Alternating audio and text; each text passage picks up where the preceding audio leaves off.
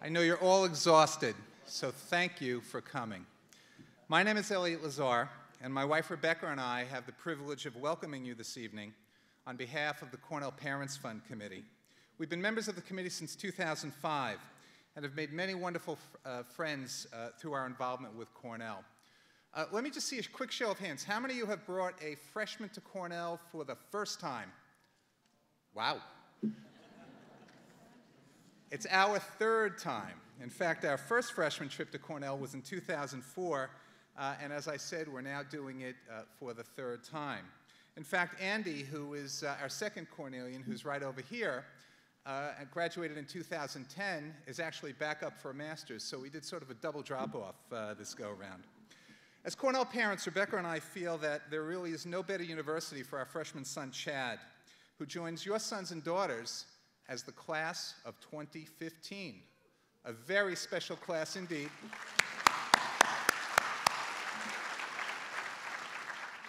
A very special class indeed, as that class will be graduating as Cornell celebrates its 150th anniversary. Now, as you've heard many times, Cornell is renowned for the extraordinary breadth of its academic and extracurricular offerings. Each of our Cornellians has had a unique experience, and each has been equally special. I think this is exemplified by the fact that both of our Cornell graduates are extensively involved in alumni affairs and maintain very, very close ties to the campus here in Ithaca. Now, one special treat for us as parents, for Rebecca and I, has been the ability to make some wonderful relationships with faculty and administration. And we're delighted that Dean of Students Kent Hubbell can join us this evening.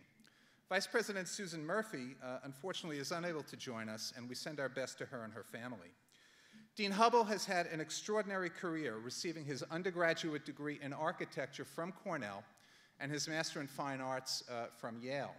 And he's the recipient of numerous awards and recognition. Now, when I think of architectural materials, I usually think of stone and steel and perhaps wood or brick.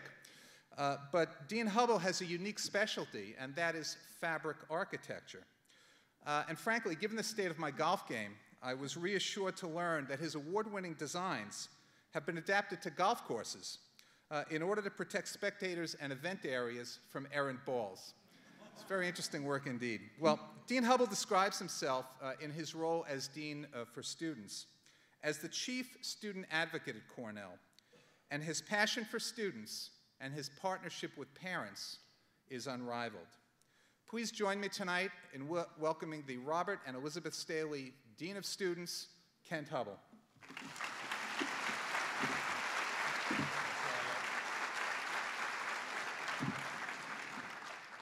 Well, this is a good group. And are you really worn out? Because I've got lots of notes here. As you can imagine, there's lots to talk about. And of course, it's something I take very seriously, as you might imagine, although I also have another title amongst the students, and that is the Dean of Fun. So I try to keep it that way. Cornell is a very interesting place for a variety of reasons, not least of which is that the Dean of Students is drawn from the ranks of the faculty. That's not always the case in universities of our ilk. And so it's an interesting change, I must tell you, and a wonderful one. So thank you, Elliot, for your kind introduction. And thanks to you and Rebecca for all that you've done for Cornell as members of the Parents Fund and then as stewardship chairs in 08 and 09. I think that was wonderful. Thank you very much. And let me especially thank you for sharing your three wonderful Cornellian students with us down through these various years. And now with Chad, class of 15, the sesquicentennial year, which is going to be a very special year for all of us in this room. And let me offer my heartfelt thanks to all of you parents who have granted us support through your gifts to the Student and Academic Services Division of Cornell University, especially to the Vice President's discretionary fund that supports all kinds of worthy causes across the spectrum of student life, all those things that enrich the lives of students beyond the classroom. So thank you very much. So let me start by welcoming you to the Cornell family. It's a very special group, I have to tell you. you'll find that alumni are thick as thieves and have lifelong friendships that are made here in bucolic Ithaca. And I'd be curious. Elliot asked you how many were here as first-year parents. How many of you are Cornellians? Yeah, great. Glad to know. I think it's around 12% of families alumni families return students to Cornell. I could be wrong at that, but I'm guessing that's about right. So as Elliot said, I'm Cornell's principal student advocate. We look after Cornell United Religious Works, which is a group of 30 chaplains who look after the spiritual needs of students, staff, and faculty at Cornell. It's a wonderful group. They're affiliated. They're not really paid by Cornell, so they're at arm's length. But nevertheless, they're really a seamless part of our community. And many students continue to be involved in their particular denominational pursuits here at Cornell. We also, on the other end of the spectrum, from the pious to the party, we look after fraternity and sorority affairs, which has now been reorganized into something called the Office of Fraternity and Sorority Affairs and Independent Living Units. So co-ops and off-campus housing are also part of the portfolio of Travis Apgar, who's our Associate Dean of Students for Fraternity and Sorority Affairs, now Independent Student Living Units and off-campus housing. Then we have the Student Activities Office. Student activities at Cornell is hugely important. There are upwards of 800 student organizations on campus of all sorts. Things that are really serious, like the magazine Triple Helix that does very thoughtful analyses of science as it's developing. You have the Cornell Political Forum, and you have people like the Cornell Review, which is a conservative newspaper that gives us fits from time to time. But then you have all kinds of organizations that what they do is they afford students the benefit of their own initiative. And so a group of kids will get together and say, I want to do X. And they write up a little constitution, they apply for registered student organization status, they get an advisor, and they go to work. And I can tell you right now that many of our students find their life's work in those student organizations. So I wouldn't dismiss the matter if your son or daughter comes home and says they're the president of X student organization, because it can lead to wonderful things. And we support them to the extent that we're able. There are two different types. I don't want to go into detail, but there are ones that are sponsored by and advised by the university, and then there are others that are independent. As you might imagine, the independent ones have a lot more discretion as to what they would do, and the ones who are tethered to the university are more permitted, less, I suppose, discretion as to some of the things they might consider doing. In any case, lest I go on too far, we have the Office of Student Support and Community Support. It is a group of staff who include crisis managers who look after the crises that happen in a community of 22,000 students. We have also EARS, which is an empathy and referral service that's peer mentors. We have Cornell Minds Matters, which is a group of mental health student advocacy students who have, over the last 10 years, transformed the campus through their work and programming. It's been quite amazing. Then we have the International Students and Scholars Office. If any of you are international students, you know Brennan O'Brien and Adriana Rovers and their staff. They work very hard to make sure students are in compliance and provide the kind of connectivity that international students need in order to succeed at Cornell. Then we have the LGBT Resource Center, and as the name implies, it supports LGBT students, staff, and faculty across the campus. Then we have residential programs. You're now living in housing that is part of residential programs. Joe Burke looks after that along with a relatively large staff of RHDs and RAs. And I hope they did a wonderful job today. I haven't checked in with Joe, but yeah, thank you. I'll let Joe know that. Yeah, I'm sure he'll appreciate it. And then something that is really wonderful and new is the TATCON Center. It's at 626 Thurston. You might have seen it under construction on the north side of the Thurston Avenue Bridge. It is an intercultural center that is meant to be the connective tissue between all of our diverse students on campus. diversity is one of the best reasons to come to Cornell. Kids come from all over the world, and as a consequence, we have work to do as to how we take full advantage of that intrinsic diversity. So the Intercultural Center is set up to do that.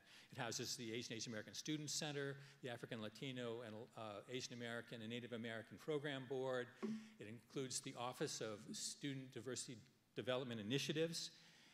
It includes the LGBT Resource Center and the Cornell Alumni Student Mentoring Program, which some of your students will participate in, I'm sure. So that keeps us busy on campus, and it really is a terrific job. As a faculty member and as someone on the faculty who for many years now, or in the last 25 years, has been focused on the academic achievements of students, I understand how the faculty can overlook, not out of any malice or forethought, how much more there is to the undergraduate experience than the simple sum of credit hours and courses one takes for a degree. And that's really, I suppose, one of the best reasons to have an academic as the Dean of Students, because I'm kind of a born-again student services professional. I now realize all the things that happen outside the classroom that we as a community have to attend to make for a complete student experience at Cornell. So I hope you had a great summer, anticipating, preparing, and contemplating today when your son or daughter arrives here at Cornell for the first time. It is an exciting moment, no question about it, and it represents one of the sea changes in a family's life. And even if it's a second, third, or even fourth child, it's that kind of an experience, I confess. And Elliot, you might agree with me. I just have one piece of advice, if I could, and that I would counsel patience.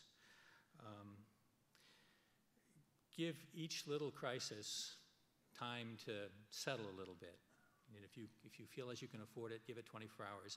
As you can imagine, undergraduate life is full of its ups and downs. They're various in nature. They can have to do with social relationships, girlfriends, boyfriends. They can have to do with the fact that you came from a wonderful high school where you were a straight A valedictorian and suddenly you got your first C.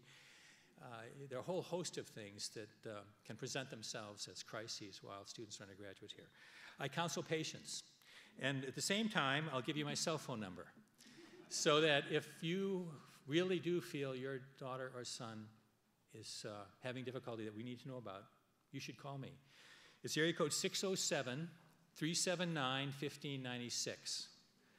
607-379-1596. Repeat after me. I answer that phone as long as I'm awake.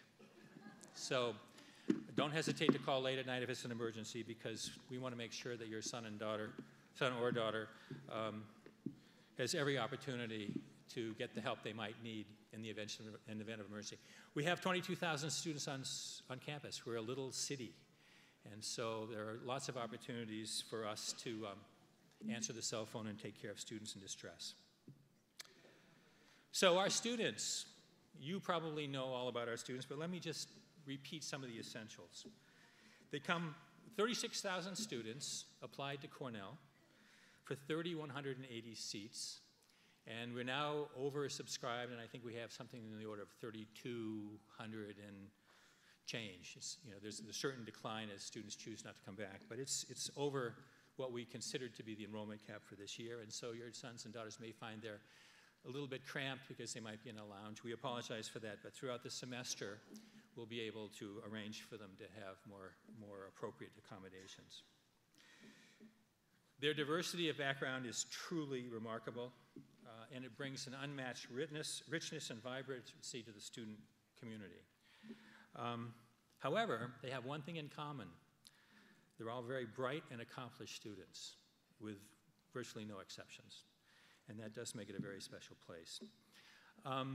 What's more, the profile of entering students is one of confidence about their academic and leadership abilities. They expect to be academic and professionally successful, and they anticipate having substantial interactions with other students, positive relationships with faculty members, and widespread curricular involvement. That's one heck of a student, I have to tell you. So what makes life at the university as a faculty member or as a dean of students really quite wonderful.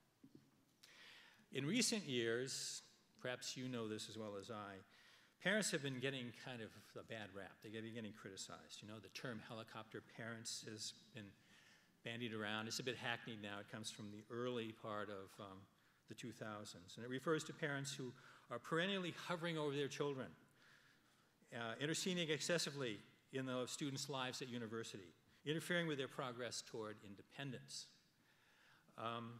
I've had lots of moms and dads call me and say, look, I'm not a helicopter parent.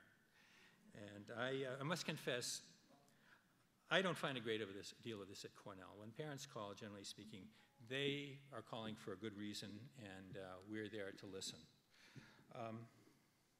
And then there's the matter of the cell phone.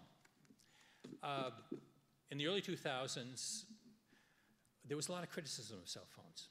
You know, alumni would come back for a reunion or homecoming, and they would complain about these cell phones that were everywhere, that were ruining the lives of students. Because when they went to school, when they left home and they came to Cornell, the only communication back home was an expensive toll call. And they probably did it once or twice a semester, and it was for money. And nowadays, of course, it's quite different. When I walk across the Arts Quad in the morning to work, every other kid I pass on the way to my office is on the phone with their mom or dad, saying, oh, hi, Mom, I'm on my way to class. And statistics show that students really stay in touch with their parents in a way that's quite unusual, comparatively speaking, with what was happening a decade or two ago, and I think actually quite useful. For my money, it's a good thing. I mean, after all, our mutual goal is to help students learn to advocate for themselves, solve problems independently, develop personal perspective, learn to stay healthy, and of course be academically successful. But that doesn't happen overnight. So for my money, students in their first and sometimes in their second year benefit greatly from the advice and counsel of their parents. And what you'd hope is all of those things happen in due time and sort of optimally matched to your son or daughter. I mean, can you imagine? They're not all the same.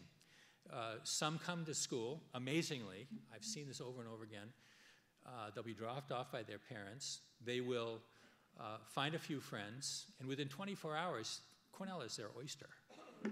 It's amazing. There are other kids, of course, who come to Cornell who find it a huge place, are daunted by the whole challenge of trying to make new friends. For them, it may take a semester, sometimes even a year, to settle in to the campus. And you know, of course, we have to allow for all of that and permit students to develop and find a place at Cornell in their own time. So I would characterize our relation with Cornell parents as one of partnership, in which we share your desire to have your son or daughter thrive at Cornell and have a rich experience that prepares them to become leaders in a very challenging world. It's an education that's well-rounded. It's a foundation for savoring and understanding the complexities of the life, which I think is very important. And one that's not only about academics, but also about human values, character development, and moral education. So a proper undergraduate liberal arts education, or one of the educations we provide by way of our degree programs here at Cornell, is intended to accomplish that goal. It's also fair to say that Cornell staff and faculty are second only to you in the pride that we take in the accomplishments of your children. We celebrate their success in life as you do, and truly look forward to hearing from them after graduation. And I don't say this lightly. It's absolutely true. I stay in touch with my graduating students, the kids I worked with from the student assembly, student organizations, kids who have been in my studio in architecture, and it's a friendship that lasts a lifetime. So, like I said, we wouldn't want to be in front of you, but we're not far behind you. So what about student health? This is a very important issue, especially in light of what's happened in the last couple of years. Many of you know that 2 years ago we had a spate of suicides, kind of a cluster. Those things happen as the result of a contagion effect amongst vulnerable individuals. As a consequence, of course, we're in the process of negotiating with the city to put up means restriction on all the bridges. This past year, unfortunately, we had several accidents in and around the gorge involving, the majority of them involving alcohol. And so our concern is really focused now in ways it hasn't been on the health and safety of our students. I sent a letter to all of your sons and daughters today, which outlines some essentials around health and safety. And I don't know, we don't have time for me to read it verbatim tonight, but your daughter or son can certainly share it with you. It's electronic, they can just forward it to you. Regarding alcohol, the good news and the bad news is that alcohol abuse at Cornell is no greater a challenge here than it is on campuses nationally. I confess that's not saying much. You know that alcohol abuse is a huge national problem on college campuses.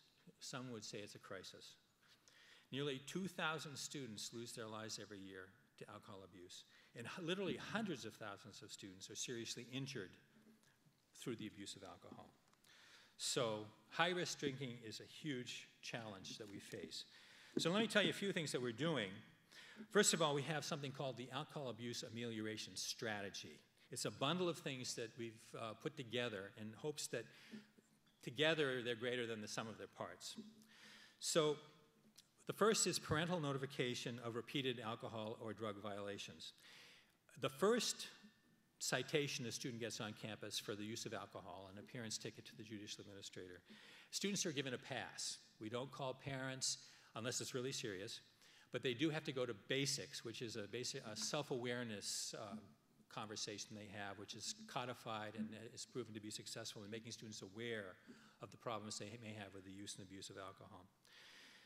On the second violation, I call the student into my office and invite them to talk with me about it. I also tell them that I'm going to write a letter to their parents. And this letter outlines what happened and also what will happen on the third violation. And the goal here is to give moms and dads fair warning about what's going on, and also so that when if we have to, on the third occasion, contact parents, that the parents won't ask me, why didn't I ask them earlier, tell them about it earlier. So there are a couple of reasons to do it on the second violation. Then there's a more advanced system of treatment for students who are caught the second time. On the third time, we've found at Cornell that 3 alcohol violations to the JA is a proxy for dependency. And perhaps as you know, 10% of the population, Cornell no exception, are at risk for dependency. And so what we believe we need to do when a student has violated our alcohol code 3 times is we generally, if we're persuaded by the evidence that the student really is dependent, they go home. They're suspended, and they go home and get better, and they come back when they're better. Now, bear in mind that that seems like a draconian thing to do, but it's about their health. It's about the notion that students can only function best here when they're healthy. And so we want those students to go home and get healthy before they return and thrive. And bear in mind that 93% of our students graduate. So when a student leaves for a semester, it's not the end of the world. Most of them come back and do better than they would have had they stayed. So that sort of is an increased vigilance and enforcement on the part of the judicial administrator. Then there's increase of a discernment of students at risk with alcohol and drug problems in the community. So on North Campus, for example, we train up the RAs and the RHDs to look for kids who are showing signs of dependency. And the goal here is really to identify that group of kids who may either because they've come to school dependent because they've been drinking in high school, or because given the freedom that they have here, they're becoming dependent. We can identify them promptly and give them the help that they need. Then there's the matter of Greek life. And what we've done is changed our recognition policy, which is the kind of the agreement we have with chapters on campus about their conduct, that first-year students are not permitted to be at social events in fraternities and sororities where alcohol is served. And that's going to be a strict rule starting this semester. So you can imagine we're busy convincing and communicating with leadership of fraternities and sororities about this. It may be a challenge for both sides of things, but let's face it, we have changed. You know, Mothers Against Drunk Driving saved hundreds of thousands of lives over the past few years. We saw a collapse in the number of deaths on the highway when the 21 drinking age was in force. I don't think given state law, given your expectations, given the expectations of the culture more generally, we can continue to see a campus like Cornell as sort of a place where we kind of have, shall we call it alcohol exceptionalism, where we don't abide by the laws that are enforced elsewhere. So Cornell University Police and Ithaca Police are in partnership to try to make this work as well. Cornell University Police will be out of uniform in College Town this fall, trying to provide information to students and to try to give them the opportunity to understand that they need to party in ways that are safer and without alcohol. Slope Day. Have you heard about Slope Day? Slope Day is a tradition now that's about 30 years old. It was originally a spring day, and it's gone through various incarnations. It's the only time of the year where all students can get together. That's literally true. It's the only time of the year. Convocation tomorrow is for you. Graduation is for graduating students. So there's no other time in the academic year where this community can sense itself as a piece, as a whole, as a community. So Slope Day is very important, but it also involves alcohol. So we've worked over the last decade, and no doubt will continue to work over the next decade to make sure that Slope Day is a time of great joy and celebration, but not one where students drink in high-risk fashions. Another thing we're doing is the Dartmouth Collaborative. Jim Kim, who's the president of Dartmouth, is a doctor just like our own president. And there's something called the Health Collaborative, which the medical profession has used quite successfully on things like cystic fibrosis, on antibiotic-resistant TB, on HIV/AIDS. And in this case, we're applying it to high-risk drinking. The goal is to try to put together a consortium of 32 universities and colleges to work through a whole series of rough and ready experiments to see what we can do to come up with ways that will ameliorate the abuse of alcohol on our campuses. We have a central database. We're sharing all of that. We'll do these PDSAs, as they're called, plan, do, study, act kind of experiments for 18 months. And then we will follow up by taking the successful results and applying them to see if we can really make a difference. Our goal is to reduce dangerous drinking in the Greek system by 25% and in the community at large by about 10%. Well, I'm also sure that you know that good student mental health, as well as physical health, is the foundation for a great education. And student mental health has become increasingly a matter of importance on college campuses. And for the last decade, we've been working very hard on that. I mean, our goal has been, over the past 10 years, is to create an educated community, one that's able to discern students who are in need of assistance by virtue of, the onset of mental illness. You may know that students in their teens and 20s, that's the time when many mental health problems present themselves, and so that happens here in college. So we need to be able to have a community that can identify it and refer students effectively to get diagnosis and appropriate treatment, and perhaps most importantly, to teach them to learn to manage their illnesses so they can go on to have productive lives. We're at a point in our medical history where mental illness is a treatable illness, one that can be managed effectively so that people can go on to have successful and productive and fulfilling lives. I think that universities, frankly, have an enormous public health responsibility in this regard, since so much of this shows itself in young people in college. So, one of the things that we've done to create this educated community is we've created these handbooks. This one's for faculty, this one's for staff. They're called Recognizing Responding to Students in Distress, a faculty handbook. And they're full of information about student mental health and a variety of other things. We are finishing a version of this handbook for families of new students, which we hope to have done later in the semester.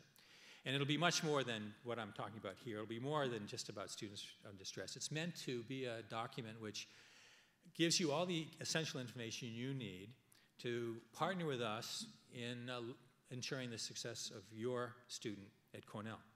So look forward to that. We're going to try to make it into an iPad app, and it'll be online as well as in hard copy. So as you can imagine, it's quite an ambitious task. These took, well, 5 years to complete. So I hope you'll be patient with us. We don't get this done before you come back for first-year Parents Weekend.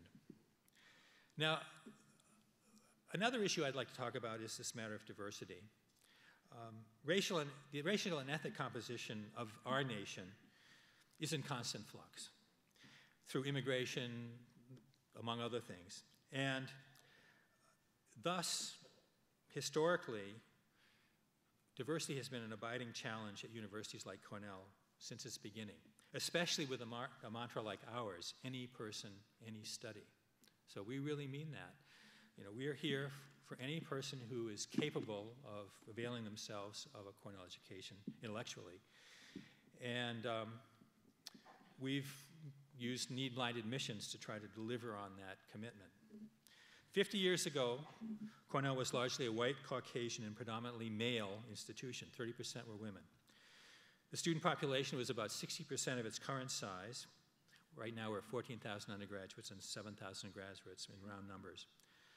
For those like me, who were here in the 60s, we recall James Perkins, the president then, began a process through a committee called the Committee on Special Educational Projects to diversify the student body by recruiting students of color to the campus. And at the time, it was principally African American students. Well, Cornell has become increasingly diverse since that time across many dimensions. And diversity has all kinds of dimensions, such as race, ethnicity, nationality, religion, sexual orientation, gender identity, economic status, physical and mental disability. And of course, then at a place like Cornell, we have kids who come from strawberry farms in Oregon or penthouses in Park Avenue. So there's that kind of diversity as well. In the 90s, we enjoyed an enormous increase in the number of Asian and Asian American students on campus. They now constitute just over 16% of our students. Latino and Latina students apply and are accepted in increasing numbers. Now there's 7.4% of undergraduates, and we expect that number to increase significantly over the next decade. African American students now constitute 5.3% of undergraduates, and notably, 46% of undergraduates identify as white Caucasians. We also see increases in the number of students from bi and multicultural backgrounds. So that, combined with the fact that we have large numbers of international students, means that Cornell is constantly mirroring what's happening in the larger world. And we have 3,200 students from 124 countries, approximately 1,100 graduates, 2,100 graduate students who come from abroad. International students now are 17.5% of our total student population, 9% undergraduates, 34% graduate professional students. So the campus mirrors what's happening around the globe, whether it's Iraq, Afghanistan, the Arab Spring in Egypt, Libya, and Syria. These world events reverberate on our campus, and our students travel abroad more freely now than ever, and really become citizens of the world. And sometimes, much to our concern, I must tell you, we worry about them when they travel, I imagine like you do.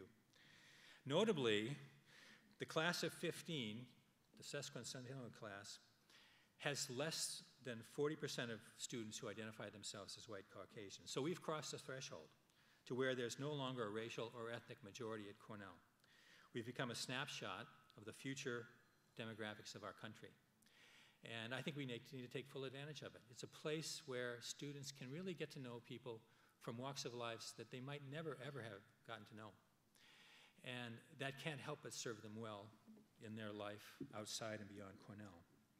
So I believe that our remarkably diverse student community is one of the best reasons to come to Cornell.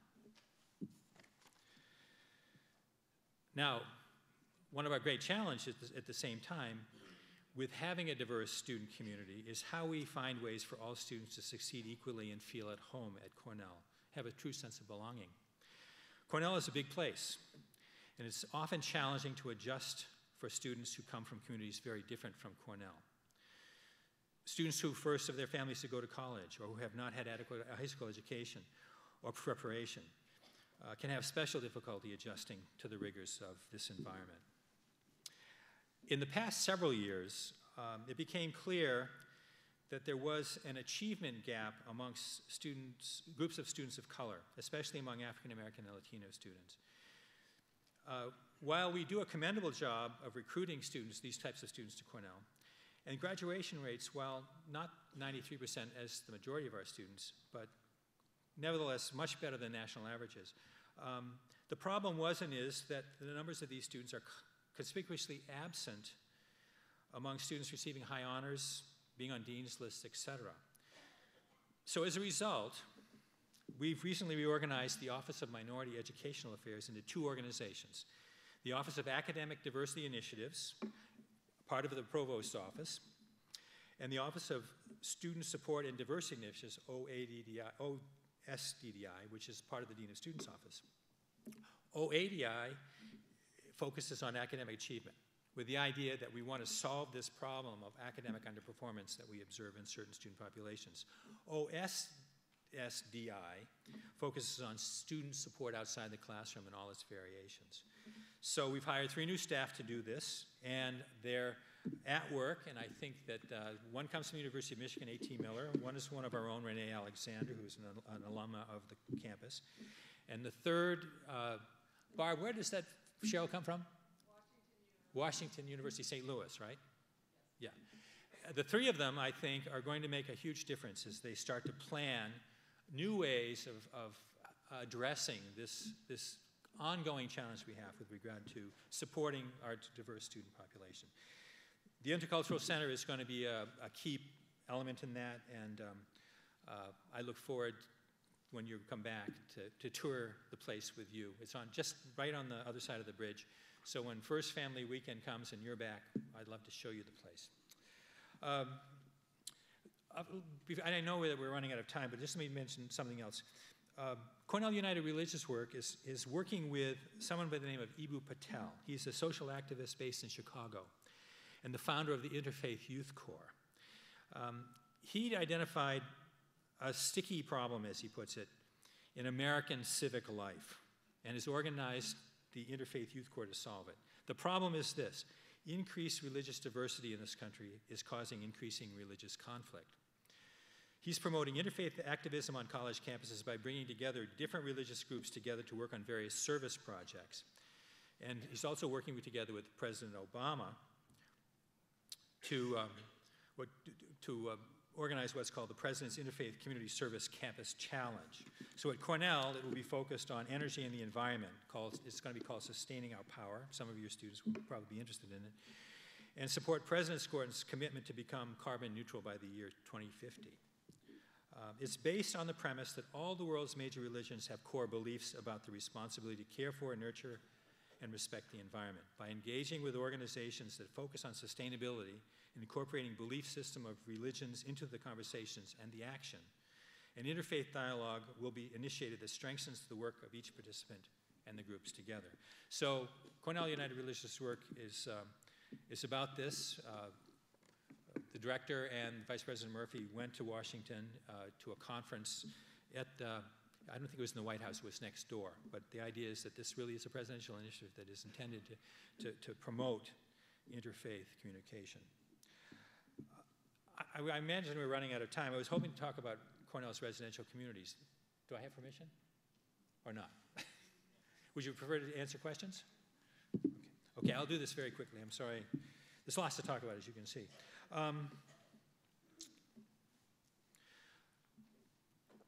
Let me start by this.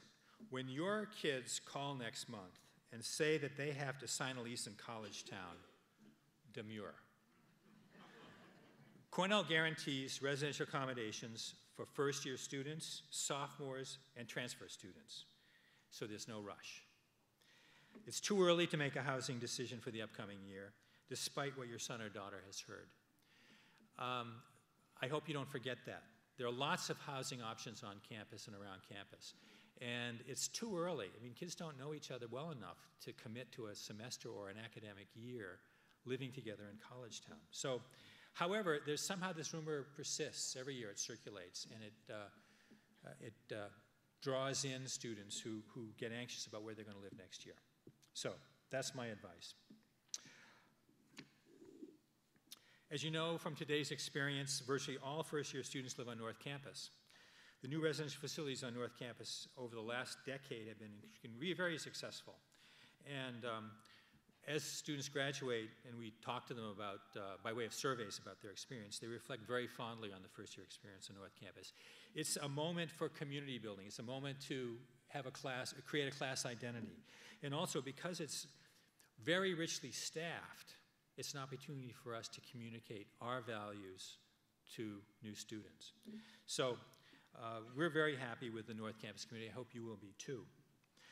Notably, this year, the TATCON Center, which is a gateway or a threshold to the larger university, which is an office of the division and of the Dean of Students, also hosts the Vice President for Undergraduate Education's faculty programs on North Campus. So that's a new development, which is interesting, and your students will benefit from a reinvigorated set of initiatives that are co-curricular academic initiatives that are meant to be complementary to the out-of-classroom initiatives that take place on North Campus as well. The 5 campuses on West Campus are wonderful houses. They were finished last year, about a year and a half ago. They're living learning environments. They are led by house deans, academics who are recruited from the faculty. They are richly programmed with all kinds of things. There is a beautiful suite that permits them to host distinguished visitors for periods of time from a few days to a week. And so as your son or daughter thinks about housing accommodations next year, they should seriously consider West Campus because it's a very wonderful place for them to live. Greek life, maybe I should stop there. We'll save that for another time. But let me just end with this.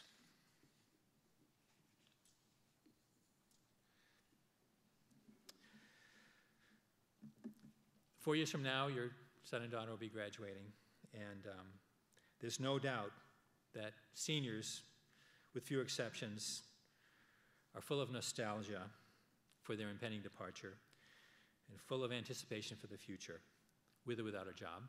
Hopefully in 4 years, the economy will be thriving. So let me conclude by saying that Cornell, this little city of eternal youth, supports students for 4 years and releases every year a crop of new graduates into the larger world to seek their fortunes. And at the time, then makes place for yet another group of bright, ambitious, and hopeful Cornellians, your sons and daughters. And so it's been for the last 150 years. And as much as Cornell has changed, the cycle remains. So it's my great pleasure to welcome you as the sesquicentennial parents class of 2015. Thank you, and I'll take questions.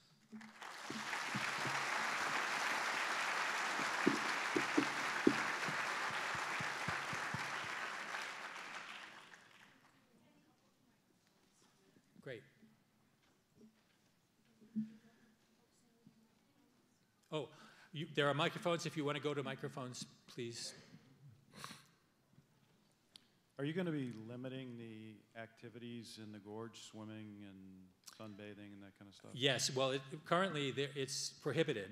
Ithaca has laws that prohibit the gorge for that purposes. Swimming is prohibitive. And I think right now campus police and IPD are trying to come up with ways and means to further enforce those existing rules and regulations. Yes. In this era of social media and online surveys, et cetera, and new technology applications, how are you connecting with the students so that their voice is being heard in some of the programs that you're doing? Well, we use Facebook too, and we tweet, and so we're not against it. We try to support it. As you might imagine, there are lots of students here who are young entrepreneurs who are creating software, social networking software that they want us to use on campus. And there's one actually called Swoop Text, which has just been created and used at Princeton. And I had a group of entrepreneurs visit me a week ago in New York to try to sell me on Swoop Text, which was meant to be a student activities communication tool. I don't know if that answers your question, but we embrace all means of internet technology, social media, and students are free to use it. The backbone, of course, is theirs as well as ours to use, within reason. We do have a NUBS charge, as it's say, an overuse charge, which we apply to students who use more than 50 megabytes of bits in an interval of time. But that's just simply to control the kind of excessive downloading of videos and so forth that goes on otherwise. I'm sorry, if I didn't answer your question, I'm happy to.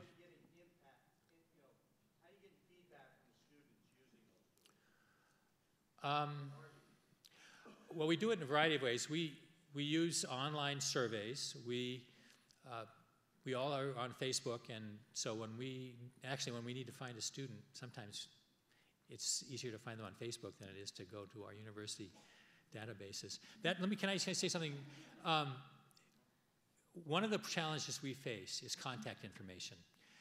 It's not a problem for you and your kids right now because you've just gotten here and all your addresses are current. But as time goes by, students won't update their contact information as often as they should. And if something happens and we need to get in touch with them, it's very, very difficult. So I would urge you and your children to keep your contact information up to date. So in the event of an emergency, we can contact you and your kids.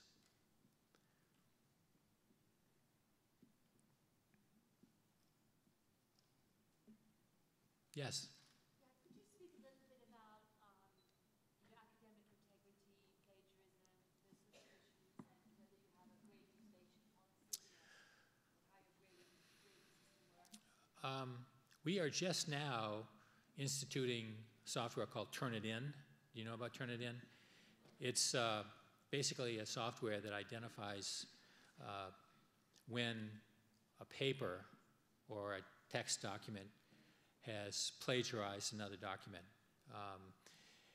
And we debated over the last decade whether or not we would use it, and we finally have come to use it. So any faculty member who suspects plagiarism will use Turnitin to find out. I suppose you can use it against faculty members too. Does that answer your question? Yeah, and is there grade inflation? Grade inflation. Cornell, Cornell has this reputation of being easier to get into than the other Ivies and harder to get out of. So it's not something I've ever worried too much about. And of course, we have 7 undergraduate colleges, and so faculty in the different colleges do grade differently. So you'll find GPAs in engineering to be different than they would be, say, in arts and sciences. Yes?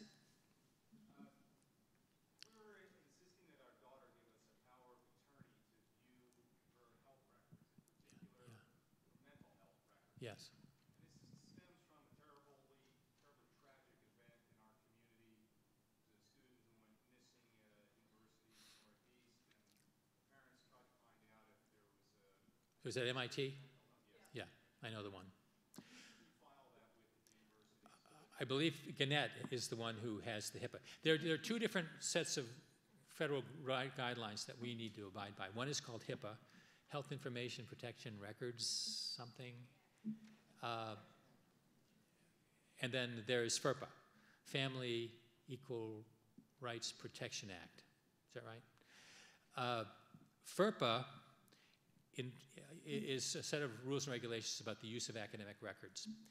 And until a few years ago, we had a rule, a policy, which dictated that we could not share academic records information with anybody without a student's permission.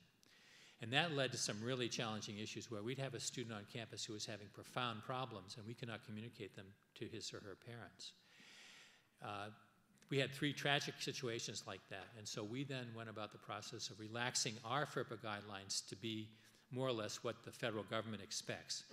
That means that now we can share academic records information with you, your students' parents, if they are dependents on your tax forms, or if it involves alcohol. So, and we don't rush to send grades home. We're not like Harvard or Princeton. At Harvard, I guess freshmen get grades sent home at the end of the first semester and at the end of the first year, and then every year thereafter. We don't do that. We haven't done it for a zillion years. But we do reserve the right to share academic records when we believe it's warranted with families of students at Cornell, which I think is really important because having been beset with challenges where students could die because we couldn't tell their mom and dad what was going on, I think we really have to have it this way. With HIPAA, it's much more strict. And I'm not really up to date on the details, but certainly your daughter can sign a waiver that would permit you access to her medical records information. And I would go to Gannett University Health Services to get that done. Yes? Could you repeat your cell number that you gave out earlier? Yeah. I didn't hear that. What? I said, could you repeat your cell number that you gave out earlier? Oh, sure. It's area code 607. Yeah. Okay. Well, 607 is the area code, so you can almost guess that one. 379-1596. And it's ringing in my pocket right now. I don't think it's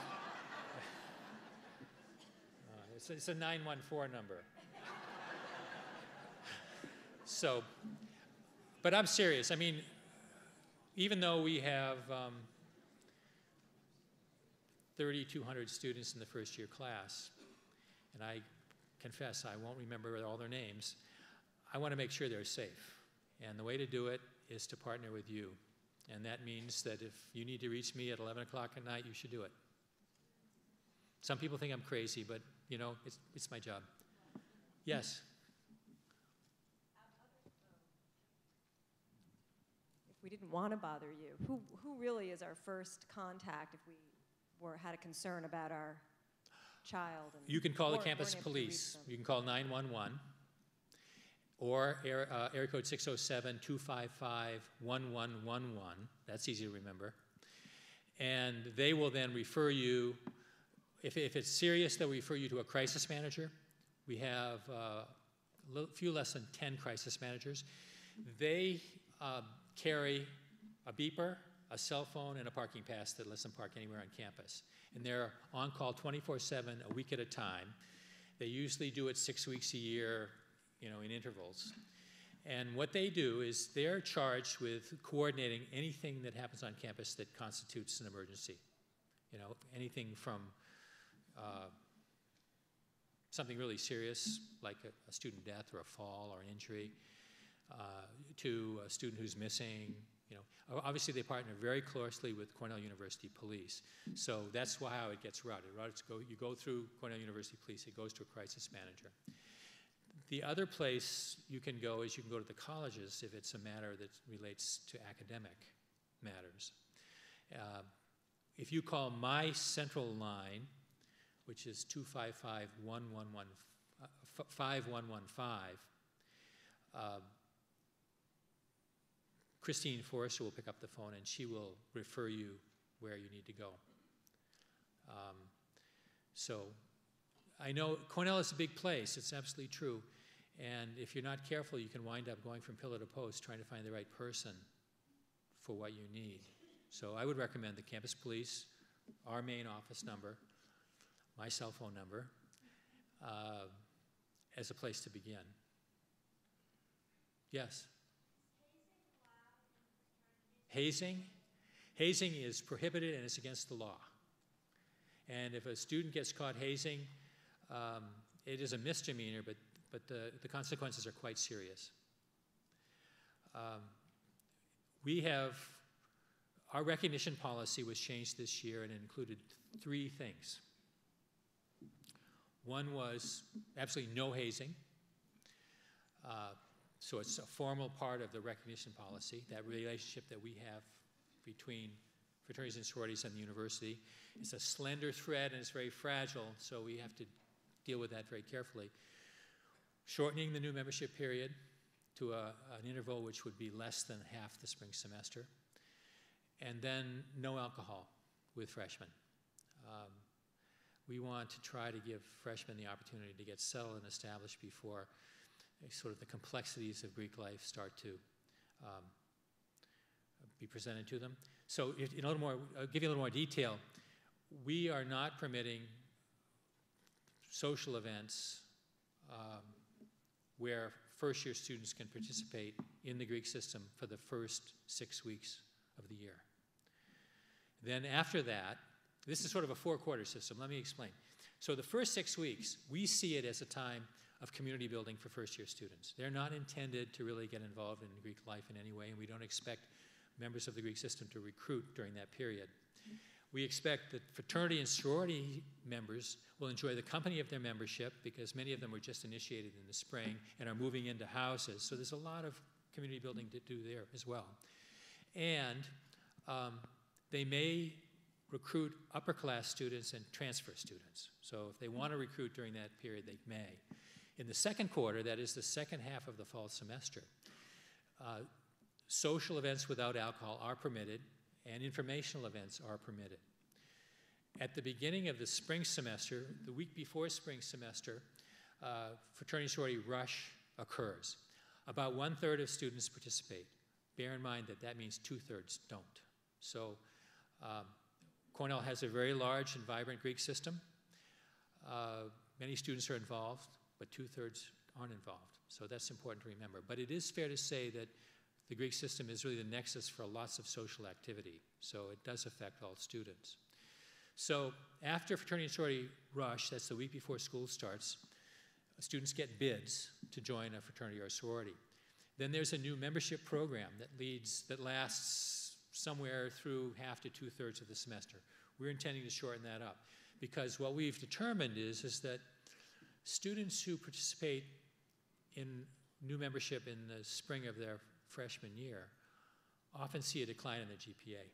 And for males, they don't recover it. For females, they do. That's not true for every single student, but the statistics have borne that out. So the changes that we're seeking to make are intended to address these chronic challenges that exist not only in our own Greek system, but in Greek systems across the country. They have to do with alcohol abuse, hazing, sexual misconduct.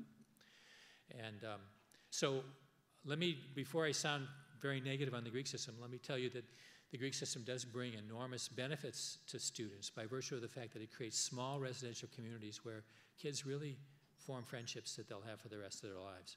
So it's a mixed blessing. It's one that we believe we can preserve and take advantage of as long as we can ameliorate some of these chronic challenges that we face.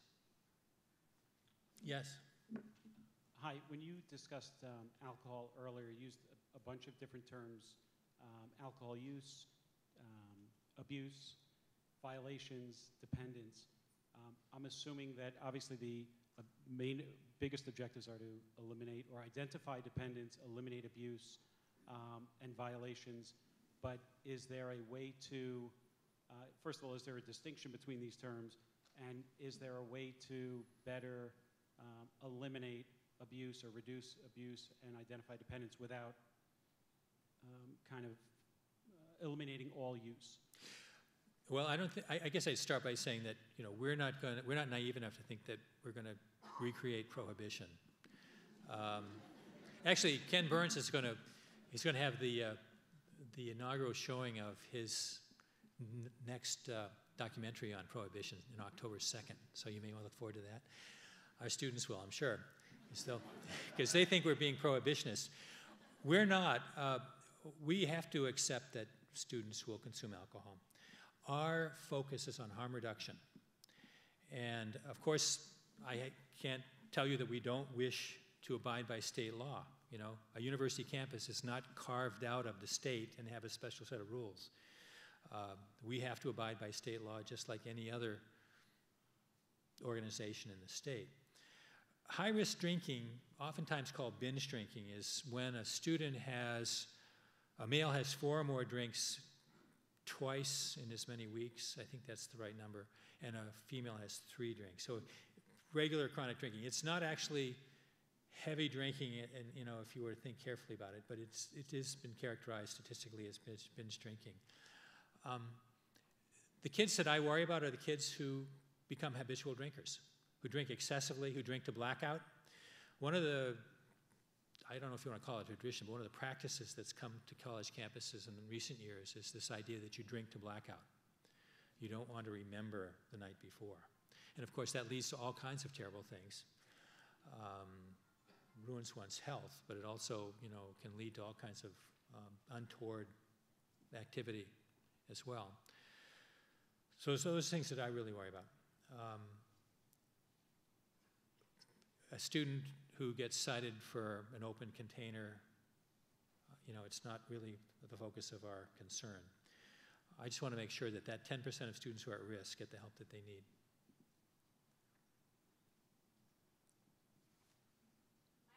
Yes. Does Cornell provide escort services? Yes. In the library till 2 a.m. Is there somebody that they can call that will escort them back? Yeah, the Student Assembly is working on that. Natalie Rapps, who's the president of the Student Assembly, has been advocating that kind of a system since she was a freshman. Now she's a senior. And they did experiments last year, and they're going to try to, on the basis of what they learned last year, create yet another system that helps students who wish to be escorted back. So it does not exist today? There is an escort service that walks students back, but doesn't drive them back. Oh, yeah, that's what I meant. Just so Yeah. that, Yeah. young girls, especially Correct. obviously, aren't walking through Yeah. campus Yeah. late at night. They just need to call for it. But the vehicular one is the one that's in its experimental phase. Sure. Yes. In case of crisis, do we get informed at the same time like a student? For instance, like a junior tech. This oftentimes, I confess, is a challenge. When it comes to parental notification, we try to do it promptly, but depending upon the nature of the notification, we may not do it, the police may do it, or Cayuga Medical Center may do it. And as a consequence, sometimes, because there are 3 different parties that could notify, sometimes the notification is not as timely as it should be. But in the event of a death, for example, the police must do it. We don't do it. In the event of a transport to Cayuga Medical Center, Cayuga Medical Center may do it, and on occasion we will do it, depending upon the nature of the circumstances. I would like to think that, and again, this is debated. Okay, being a student advocate, I have a pretty cut and dried answer for this, but the university has other people in it who might think otherwise. I would like to think that whenever a student is transported to Cayuga Medical Center, you'd know about it. You wouldn't know about it because you got a bill for the ambulance. But I confess, our system is imperfect in that regard. Your son or daughter may be transported to CMC, and we may not know about it, and we may not be able to tell you about it until you get the bill for the ambulance. I continue to press to have a policy that does result in prompt notification. You have to understand that the tradition at Cornell has been about students having freedom with responsibility. And as you may recall, in the late 60s, we went from an era where universities practiced what was called in loco parentis, where we were in lieu of parents and we had responsibilities not unlike parents. But after the late 60s, universities really eschewed that practice and moved to a situation that considered students young adults. And it led to a great effort to respect the freedom of students and their their personal confidentiality. And I think we're just now turning back toward practices that perhaps are a little bit better for you as parents. Yes? I was wondering what your public health prevention is for the prescription drug use. What we're reading is that that's the most common type of drug use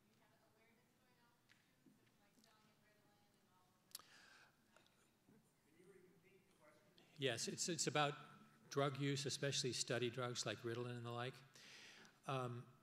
Gannett tries to survey students, but it is self-reported, so it's not perhaps as accurate as one might hope.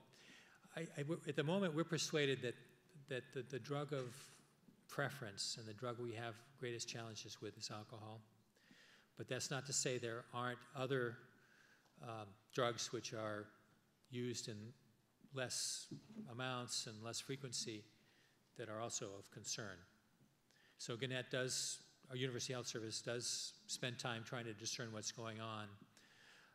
I've been very concerned about some of the new designer drugs that have been circulating in the country. To date, we haven't uncovered their use here, but that's not to say they don't exist here. Sure, I'm happy to stay and answer questions if we want to adjourn and go to a smaller discussion. Thank you.